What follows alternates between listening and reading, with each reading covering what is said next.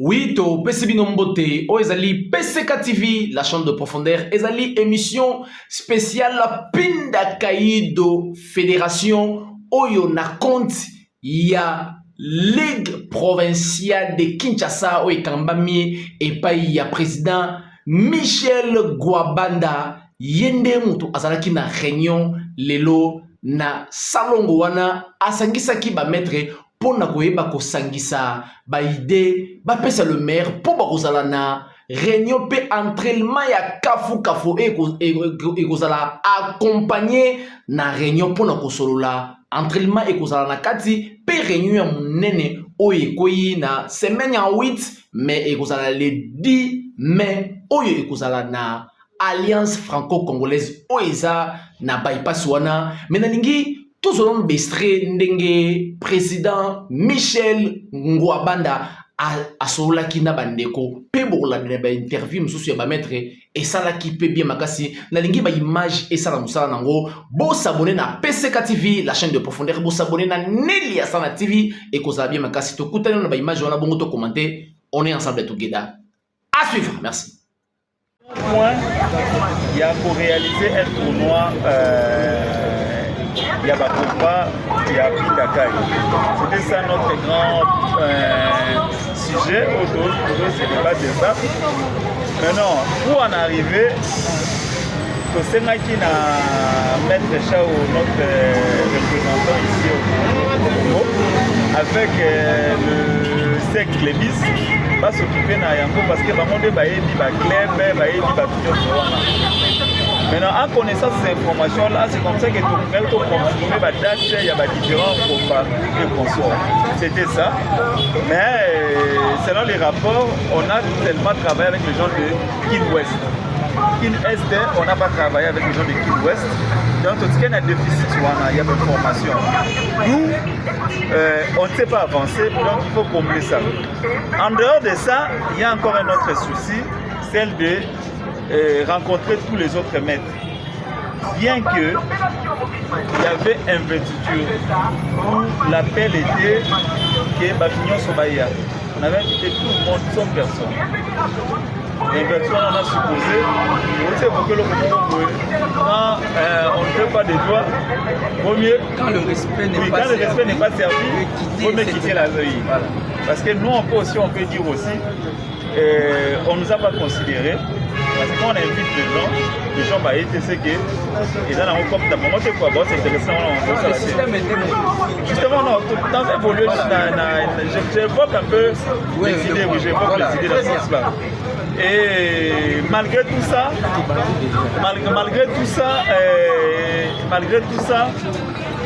on s'est dit ce n'est pas ça notre objectif c'est pendant notre passage que les gens écoutent quand même qu'il y a eu des combats qui se sont réalisés, il y a eu des clubs, il y a Sika et Botamaki et c'est ça notre grand challenge. Il y a des idées qui peuvent venir après, il n'y a pas de problème. C'est ce que je disais avec Maître Junior. J'ai dit imaginez un jour au Kobi, l'athlète qui soit qui va pas auto et consort. Ça sera la gloire de la fédération. On est l'équipe à niveau de la réalisation à niveau de la ligue. Mais l'athlète soit au Kobi un jour dans la photo. Mais il faut qu'on les prépare au niveau de la ligue. Bien évidemment avec les maîtres. Parce que ce sont les maîtres qui disent tous ces gens-là. Pour santé na bango, pour toutes ces choses-là, c'est très important. Aucun de vous dit ça, ou soit aux apôtres respect à pouvoir. Il y a des quelqu'un qui peuvent manquer de respect parce que pour assister à aider, à la maladie, à couper li, ou soit à belli. Mais quand on a pensé à Congo, il y a. Et quand on a quand des attaques on a pour et on a mettre une année. Quand on a et à la décision, il évolue comme ça. Maintenant, pour mettre fin à ces choses-là, on dit pour réparer le que les guignols sont. Là, on rebondir. Il y a des choses que ça l'a quitté, essayons de le faire. Vous avez un candidat dans XY, nous allons y réparer. Pour réparer, ça m'a bêté. Et puis, nous allons la gloire à Azate. Moi, je disais même à Clébis, hein, je disais à Clébis, je vais te laisser signer des choses, ça ne me dit absolument rien. Je signe des choses, moi ce n'est pas ça mon problème, je ne suis pas dans ça. Je ne suis pas aussi dans gloire, non. J'ai accepté quelque chose. Il y a des fois... Bonjour, merci beaucoup, bon pâtissier. Bonne santé. En tout cas, Nangolo Nzambe, toza pepeli. Comment on a Maître Sambila 02. Maître 02. N'habitez pas là qui na moi réunion restreinte ne ba ibili les autres qui ça. N'habitez des réunions ezaki dianine. Merci beaucoup, mon pâtissier. Awa, na bandi d'abord na féliciter président Elik, actuel président Elik, Maître Michel. Azali vraiment na souci mingi il y a vulgarisation, il y a discipline na biso pindaka ido. Okay. Alors oyo ngai nazali instructeur na yango. Okay. Bandaki kobete la biso plus c'était na mayo etali vision na ye d'abord. Oui. Et puis de deux ba projet zali tellement ébélé. Okay. Sur ce na boy ko dévoiler yango siko yango na bengi ba instructeur nyonso. OK. Instructeur nyonso bisika ozali oyo ya bino ndeko maître Sambila 02 na bengi bino. OK. Sûrement pas communiquer kolanda biso na sima. Okay. Dimanche le 10. OK. Na Tongo. OK. Biso nyonso tout. Tous en entraînement d'ensemble. Il y a un instructeur nyonso. OK. Et puis en tant qu'instructeur, kotambola yo morote comme d'habitude. Il y a un capitaine, il y a club. OK. À 3 personnes, 3 ceintures supérieures. OK. Oyana bango, baya koyoka pe indusa. Et puis au-delà, il y a réchauffement, on est aussi ça comme d'habitude parce qu'il y a un des sakisabiso. Et puis nous aurons quand même un entretien chaleureux na président ya ligue. Oui. Alors tokosolo la plus na mai oetali discipline abiso. Toujours une alliance franco-congolaise. Na kati alliance franco-congolaise centre culturel de Lema. OK.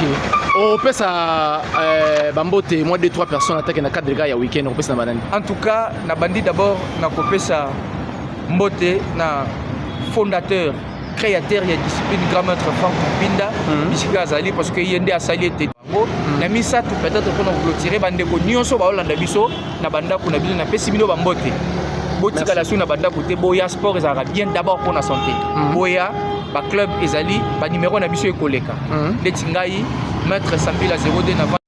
Bonsoir président. Oui, bonsoir Yemoko, les grands journalistes. Dans mon réunion les carbone est difforme. Bandeko balani la depuis quelques mois temps fort. Mais habite bit il y a 3e réunion ezaki manine lelo. En tout cas, merci beaucoup pour la question nayo. Bit il y a 3e réunion na biso ezalaki juste pour sensibiliser Pinda Kai par rapport à la grande réunion où vous allez projeter pour le dimanche à 8 où il faut tomber les 10 mai. Okay. Et c'est par rapport à ça que y a qui pour sensibiliser pour monter la stratégie pour la réussite il y a journée wana. Donc c'était ça notre présence et les autres tournaient toujours autour. Il y a une grande manifestation qui est projetée où il y a un athlète. Donc, au Tobengi, tournoi Pindaka, il y a saison, il y a mois, il y a juin. C'est ça l'objectif. Où vous allez poursuivre pour atteindre. Merci. Bato baroya mingi za banane. Athlète nyonso en général to ezana quelques mètres au baroya lokola ba Fiji pour na ko zala na réunion on a peine entraînement on a habité aux années. En tout cas, merci beaucoup pour la précision au Lingito et bana ko communiquer et pour la réunion on a aussi dit que bana ko benga plus ba maître donc ba ceinture noire nyonso et puis na ba ceinture verte et tous ces ba maître wana nde mututo zoko benga bango plus ba ya parce que selon structuration na biso ce sont les maîtres qui sont responsables de Yaba club. Et comme un maître est responsable de club, ayebi effectif ya club naye, ayebi structuration ya club naye, présence naye est très important pour nous aider à avoir tous ces des informations que nous avons besoin. D'où appel Nabiso, ils ont plus mis un accent sur maître. Mais la compétition au Borossa là juste Izakaka juste pour nous sentir nyonso to eza pour tout le monde. La compétition de Borossa là ezali pour na batu nyonso. Na bana na mikolo et concerné bango nyonso bana bakozala pe na espace na bango bakoyeba kosala ba démonstration na bango et puis bakozwa ba médaille na bango comme d'habitude comme ça se fait partout au monde. Et puis ba mikolo également aussi tango ekokoma tour na bango bakoyeba pe na kosala démonstration na bango et contribuer pour na biso eza ba objectif na totali koyeba na pour atteindre et bien évidemment il y aura aussi des médailles par rapport à Bamikolo et c'est comme ça qu'on peut clôturer notre activité. Message clé na athlète, ba maître, ba cadre, attaque que président ya ligue provinciale ya Kinshasa Rolo bani. En tout cas, message au nakopesa na ba athlète nyonso. En tout cas to ligi bino mingi et naibi ke bolingi pe pinda kai makasi et on a yebisa mnoka ke ensemble ndeto ko bana ko courber arbre, d'où présence na bino ezali très important et yango wana tozali ko insister na présence na bino boya to sangana et puis que bana ko tombola pinda kai et en passant nako kende nako yeba nako saluer grand maître Frank Pinda na Londres to pesi ba mbote belé to lingié yende mutali ko yeba nako inspirer biso ko zala ko yeba nako organiser ba réunion c'est toujours nako yeba nako penser na oyo to bengi leader na biso tant to ko yeba nako penser na ye c'est ce qui nous motive par rapport à la mobilisation de Sotaïko Banako Sala, en fait que Pindakaye Banako Kendeli Bosso, je vous dis merci. Merci beaucoup Nathan Pessi Bisso. En tout cas, c'est Bisso Ndetaïko Banako remercier. Merci beaucoup. Ok, merci. Abonnez-vous massivement sur la chaîne très éducative, la chaîne du pasteur Shekina Kimpiti.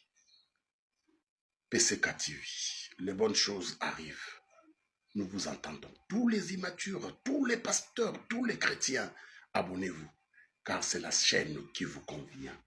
PCK TV, les bonnes choses arrivent.